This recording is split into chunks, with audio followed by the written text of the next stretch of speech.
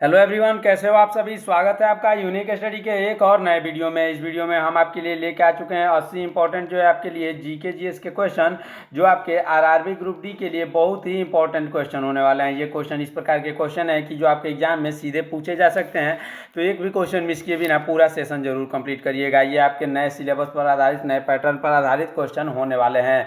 तो चलिए शुरू करते हैं अपने पहले क्वेश्चन के साथ। भारत में द हिंदू समाचार पत्र कहाँ से प्रकाशित होता है? इसका सही answer option number A, option number D यानी चेन्नई से। चलिए बढ़ते हैं अगले प्रश्न की तरफ, ध्यान दीजिएगा। भारत में भाषा के आधार पर राज्यों का पुनर्गठन किस वर्ष में हुआ था?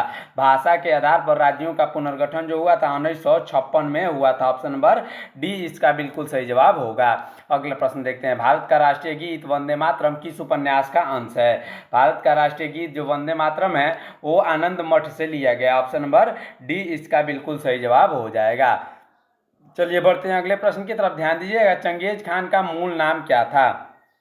चंगेज खान का मूल नाम तेमुजीन था। Option number C Temujin. अगला प्रश्न देखते हैं। हमारा अगला प्रश्न है, भारत और पाकिस्तान का विभाजन किस योजना के तहत हुआ था? भारत और पाकिस्तान का जो विभाजन हुआ था वो हुआ था माउंटबेटन योजना के तहत। ऑप्शन नंबर ए माउंटबेटन योजना के तहत। अगला प्रश्न हमारा है, मोहम्मद बिन तुगलक की मृत्यु कहाँ हुई थी? मोहम्मद बिन तुगलक की मृत्यु हुई थी ठट्टा में। ऑप्शन नंबर ए ठट्टा इसका बिल्कुल सही जवाब हो जाएगा। हमारा अगला प्रश्न इंपॉर्टेंट प्रश्न है, ध्यान दीजिएगा। मध्य प्रदेश की राजकीय पक्षी क्या है? मध्य प्रदेश की राजकीय पक्षी जो है वो दूधराज है। ऑप्शन नंबर डी दूधराज इसका बिल्कुल सही जवाब हो जाएगा। हमारा अगला क्वेश्चन देखते हैं, इंपॉर्टेंट प्रश्न है, ध्यान दीजिएगा। अग्नि मंदिर किस धर्म के लोगों का पूजा स्थल है? अग्नि मंदिर जो है वो पारसी लोगों की पूजा स्थल है। ऑप्शन नंबर डी पारसी लोगों की पूजा स्थल है। अगला प्रश्न देखते हैं। सरदार वल्लभ भाई पटेल का जन्म कहाँ हुआ था? सरदार वल्लभ भाई पटेल का जन्म जो हुआ था, उनका जन्म हुआ था गुजरात में।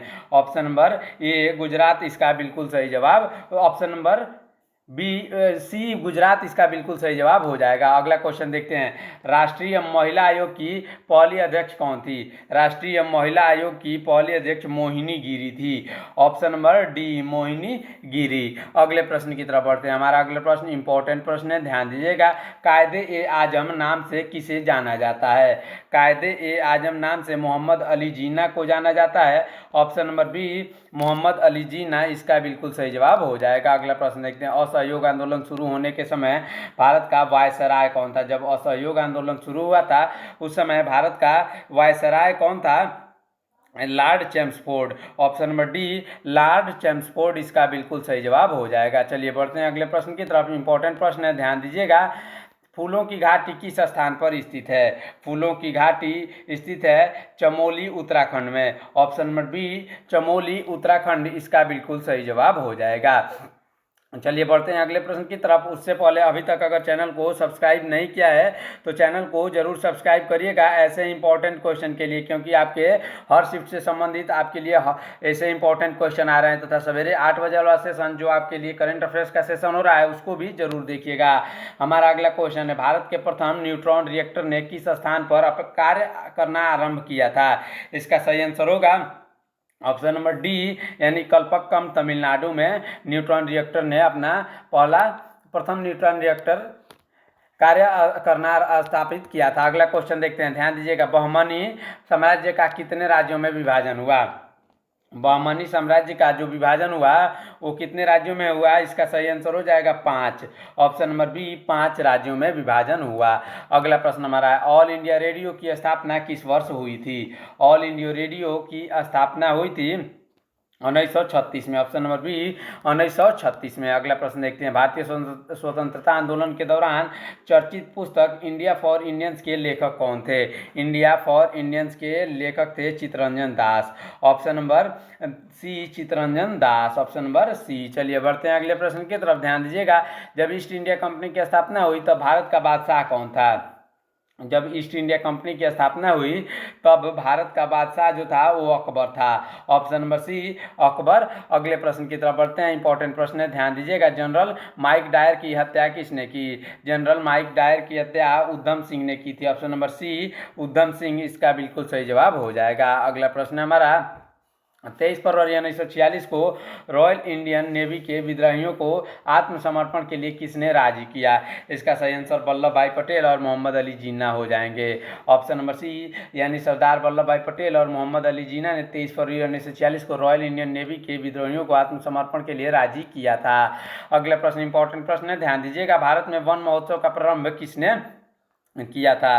वन महोत्सव का प्रारंभ किया था, इसका सही answer K M. Munshi, option number C K M. Munshi हो जाएंगे। अगला प्रश्न हमारा है, महात्मा गांधी ने अपना पहला जन भाषण कहाँ दिया था? अपना पहला जो पब्लिक स्पीच दिया था वो वाराणसी में दिया था। यह भाषण काशी हिंदू विश्वविद्यालय में दिया गया था। वाराणसी में जो BHU है काशी हिंदू विश्वविद्यालय, वहीं पे दिया था। अगला क्वेश्चन देखते हैं। हमारा अगला क्वेश्चन है, दक्षिण अफ्रीका के किस रेलवे स्टेशन पर महात्मा गांधी को ट्रेन से फेंक दिया गया था?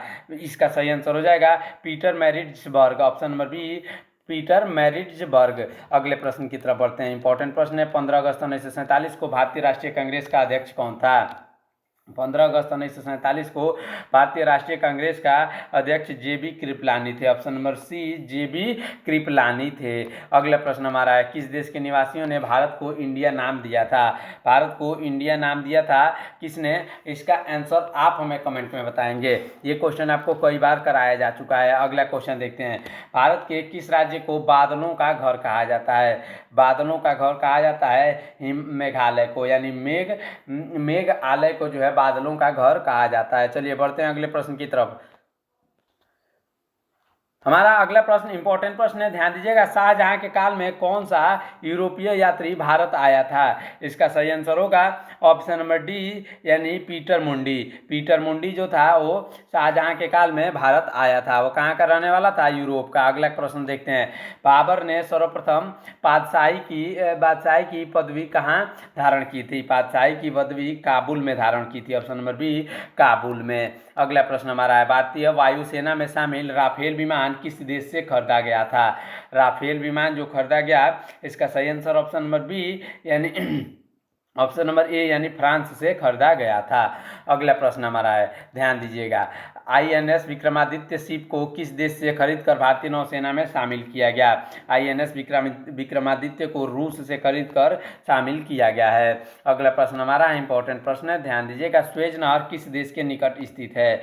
स्वेज नहर जो है वो स्थित है मिस्र यानी इजिप्ट के नज़दीक। ऑप्शन नंबर ए इसका बिल्कुल सही जवाब हो जाएगा।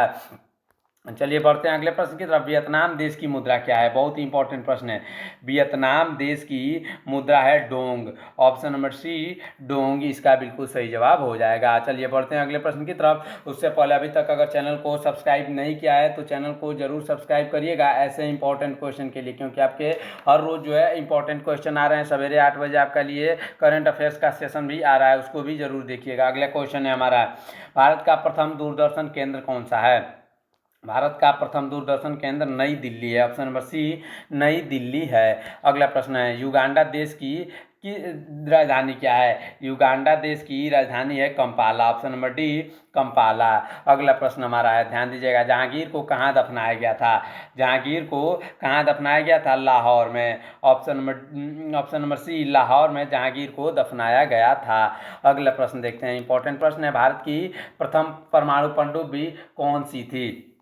प्रथम परमाणु पनडुब्बी जो थी वो INS चक्र थी। ऑप्शन नंबर ए INS चक्र इसका बिल्कुल सही जवाब होगा।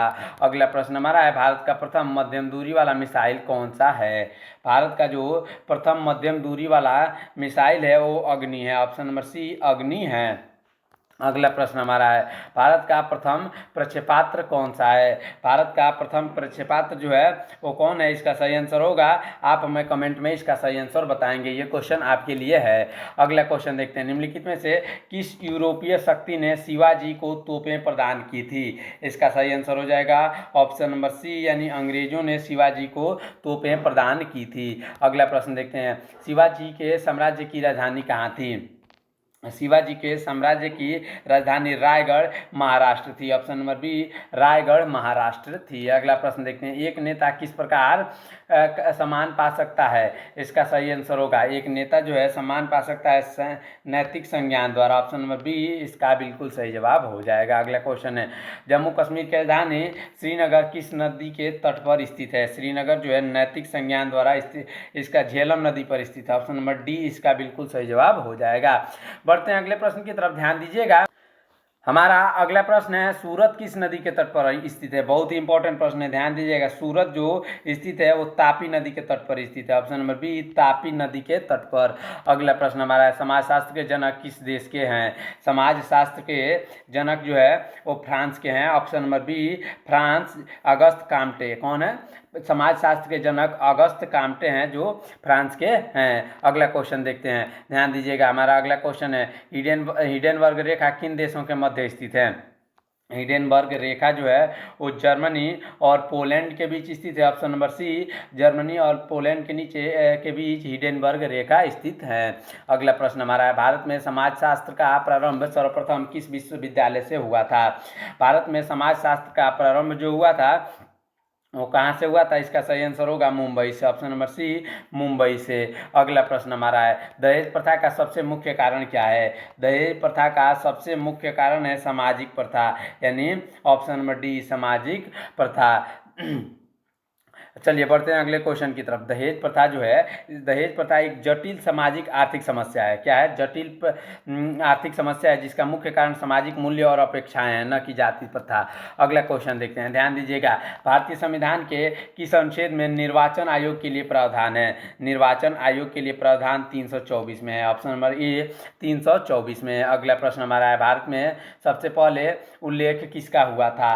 भारत में सबसे पहले जो उल्लेख हुआ था और ऋग्वेद का हुआ था। ऑप्शन नंबर सी यह सबसे पुराना वेद भी है। अगला क्वेश्चन देखते हैं, परमाणु बम किस पर आधारित है? परमाणु बम जो है वो आधारित है परमाणु विखंडन पर। ऑप्शन नंबर सी परमाणु विखंडन पर। अगला क्वेश्चन देखते हैं, विश्व की दूसरी सबसे बड़ी सेना किस देश की है? विश्व की दूसरी सबसे बड़ी सेना जो है वो भारत के पास है। ऑप्शन नंबर बी भारत के पास है। आप हमें कमेंट में बताएंगे कि पहली सबसे बड़ी सेना किस देश के पास है।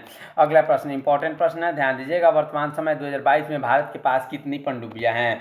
वर्तमान समय में 2022 में भारत के पास कुल 16 पनडुब्बियां हैं। ऑप्शन नंबर सी 16 इसका बिल्कुल सही जवाब हो जाएगा।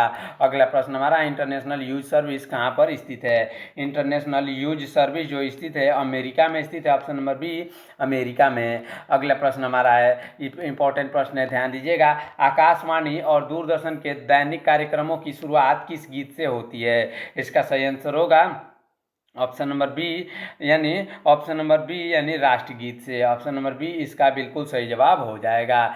चलिए बढ़ते हैं अगले प्रश्न की तरफ। उससे पहले अभी तक अगर चैनल को सब्सक्राइब नहीं किया है तो चैनल को जरूर सब्सक्राइब करिएगा ऐसे इंपॉर्टेंट क्वेश्चन के लिए, क्योंकि ये क्वेश्चन इतने इंपॉर्टेंट है जो आपके एग्जाम में सीधे पूछे जा सकते हैं। हमारा अगला क्वेश्चन देखते हैं, मुस्लिम लीग ने मुक्ति दिवस कब मनाया था? मुस्लिम लीग ने मुक्ति दिवस मनाया था 1939 को। 22 दिसंबर 1939 को यह मनाया गया था जब कांग्रेस ने प्रांतीय मंत्रिमंडलों से इस्तीफा दे दिया था, तब मुस्लिम लीग ने मुक्ति दिवस मनाया था। अगला क्वेश्चन देखते हैं, राष्ट्रीय गीत वंदे मातरम को पहली बार कब गाया गया था? राष्ट्रीय गीत वंदे मातरम को 1896 में सबसे पहले गाया गया था। अगला प्रश्न देखते हैं, इंपॉर्टेंट प्रश्न है, ध्यान दीजिएगा।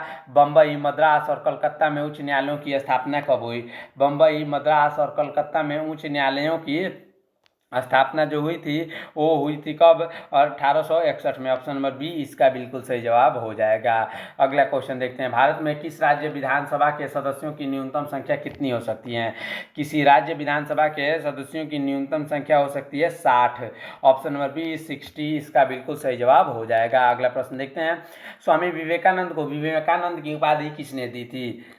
स्वामी विवेकानंद को विवेकानंद की उपाधि दी थी महाराजा खेतड़ी ने। ऑप्शन नंबर ए महाराजा खेतड़ी ने। आप इसको ध्यान से देख लेंगे। अगला क्वेश्चन देखते हैं, पहला इलेक्ट्रॉनिक कंप्यूटर किस वर्ष बना था? पहला इलेक्ट्रॉनिक कंप्यूटर 45 में बना था, 1945 इसका बिल्कुल सही जवाब होगा। अगला प्रश्न हमारा है, ध्यान दीजिए, निम्नलिखित में से कौन सा एक संविधान बाह्य संस्था है? संविधान बाह्य संस्था निम्न में से जो है वो नीति आयोग है। Option number B NITI Aayog है। अगला प्रश्न हमारा है, बुद्ध पूर्णिमा पर्व जापान में कब मनाया जाता है? बुद्ध पूर्णिमा पर्व जो मनाया जाता है वो 8 अप्रैल को मनाया जाता है। ऑप्शन नंबर बी 8 अप्रैल इसका बिल्कुल सही जवाब होगा।